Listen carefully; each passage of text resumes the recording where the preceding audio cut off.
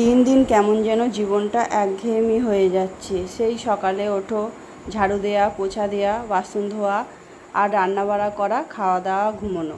সেই সকাল হচ্ছে, সন্ধে হচ্ছে, রাত হচ্ছে, ফের পরদিন একটা শুরু হচ্ছে।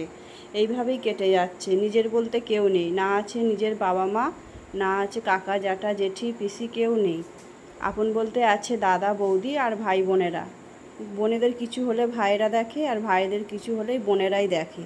তোমরা তো আমার আগের ভিডিওতে দেখেইছো আমার শরীর খারাপ হতে আমার দাদারা সঙ্গে করে আমাকে নিয়ে যাচ্ছে তারকেশ্বর, কখনো যাচ্ছে আমার বড়দা, কখনো যাচ্ছে আমার শেষদা। তোমরা তো দেখেইছো।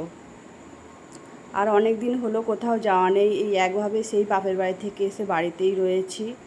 আর যেন দিনগুলো যেন কাটছে না, যেন একঘেয়েমি হয়ে যাচ্ছে, কোনো কিছুই ভালো লাগছে না। আর কি বলবো, জীবনে যদি সঠিক মানুষ থাকে না, তাহলে কোনো কিছুরই চিন্তা হয় না। জীবনে সঠিক মানুষ না থাকলে না, তোমাকে অনেক রকম কষ্টের মধ্যে দিয়ে তোমাকে যেতে হবে, যেগুলো শোনার কেউ থাকে না।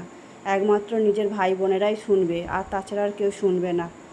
আর দেখো এখানে প্রতিদিনের মতন কাজ চালু হয়ে গেছে, জামা কাপড় কাচা। এই সন্ধে দেওয়ার কাপড়গুলো অনেক দিন কাচা হয়নি, সেই জন্য কেচে দিচ্ছি। সন্ধে সেভাবে আমি সন্ধে ফন্ধে দিই না, শাঁখ ফাঁক বাজানোর জন্যে আমার ছেলেই টুকটাক সন্ধে দিয়ে দেয়। এই শাড়িগুলো ধুয়ে নিচ্ছি, আস্তে আস্তে এবার দিতে হবে। সন্ধে ধোয়া সব নিজেকেই দেখতে হবে, কতদিন আর ছেলে দেবে। তো দেখো, রান্না চাপাবার জন্য এখানে সবজি আমি কেটে নিয়েছি। আর রান্না কদিনই এখন নিরামিষ চলছে, হরিনাম টরিনাম এসব ছিল। পরপর দুদিন নিরামিষ থাকার পরও ফের সোমবার ছিল, যেহেতু আমি বাবার বার করি, সেদিনও নিরামিষ গেছে। আজকে মাছ নিয়েছি, রান্না হয়েছে, দেখো খাওয়া দাওয়া হয়ে গেল। আর দেখো এখানে ও কী নিয়ে